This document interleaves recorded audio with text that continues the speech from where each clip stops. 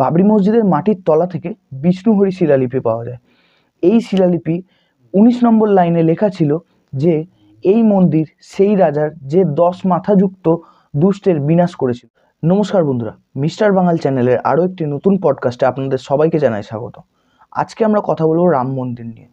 রাম মন্দির নাকি বাবরি মসজিদ, এই ঝামেলা আজকে থেকে না, চলে আসছিল গত 500 বছর ধরে। কিন্তু অবশেষে 2019 সালে সুপ্রিম কোর্ট রায় দেয় রাম মন্দিরের পক্ষে। কিন্তু সুপ্রিম কোর্ট কেন রাম মন্দিরের পক্ষে রায় দিয়েছিল, এমন কি কি এভিডেন্স সুপ্রিম কোর্ট পেয়েছিল, আজকে আমরা কথা বলবো সেই সমস্ত এভিডেন্স নিয়ে। চলুন তবে শুরু করা যাক।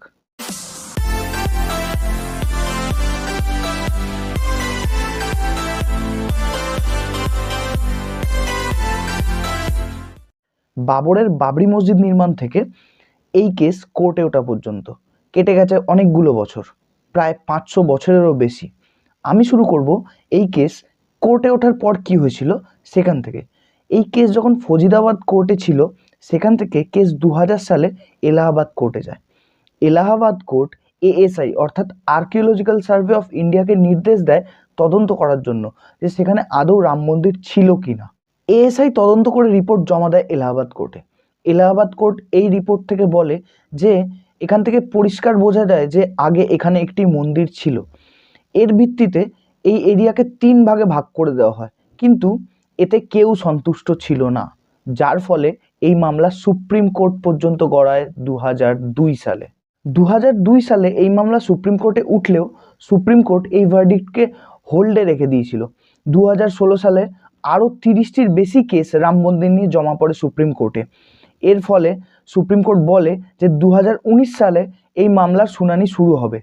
2019 সালে সুপ্রিম কোর্ট 40 দিনের মধ্যে মোল্ডিং অফ রিলিফ পদ্ধতিতে রাম মন্দির সংক্রান্ত মামলার নিষ্পত্তি করে, যার রায় যায় রাম মন্দিরের পক্ষে।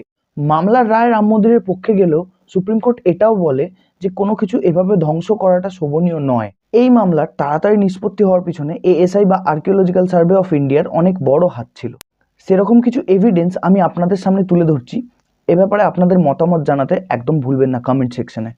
1 নম্বর, বিষ্ণুহরি শিলালিপি। বাবরি মসজিদের মাটির তলা থেকে বিষ্ণুহরি শিলালিপি পাওয়া যায়।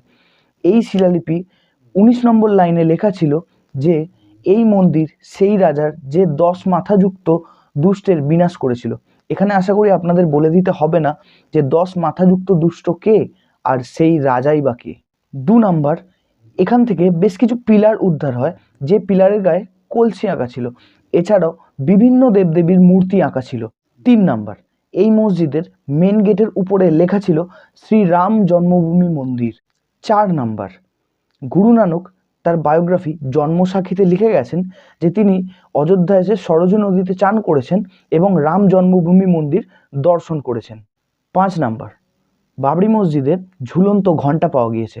আমরা জানি ঘণ্টার মাহাত্ম্য ইসলাম ধর্মে না থাকলেও হিন্দু ধর্মে ঘণ্টা অঙ্গাঅঙ্গিভাবে জড়িত। 6 নম্বর, তুলসীদাস তার বই দোহা শতকে লিখেছেন 1528 সালে গরমকালে কিছু লোক বাইরে থেকে এসেছে এবং সেখানে মন্দির ভেঙে মসজিদ নির্মাণ করেছে। 7 নম্বর, ব্রিটিশ রাজত্বকালীন এএসআই এর প্রথম ডাইরেক্টর জেনারেল আলেকজান্ডার কামিংহাম কিছু ডকুমেন্টসে উল্লেখ করেন যে এখানে আগে একটি মন্দির ছিল যা ভেঙে মসজিদ তৈরি করা হয়েছে এবং এর বেশ কিছু পিলার অর্থাৎ মন্দিরের বেশ কিছু পিলার মসজিদে এখনও ব্যবহার করা হচ্ছে।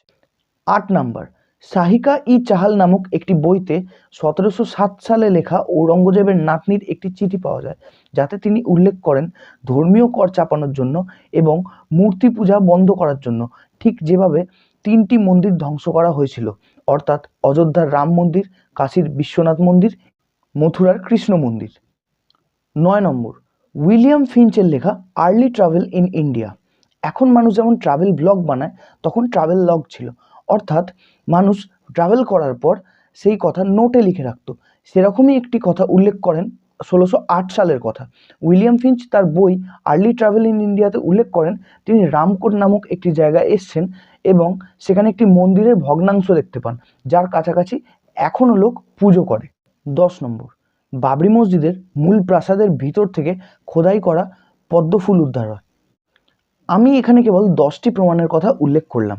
এএসআই প্রায় 500-র বেশি প্রমাণ সুপ্রিম কোর্টে জমা দিয়েছিল, যার ভিত্তিতে সুপ্রিম কোর্ট এই রায় দিয়েছিল।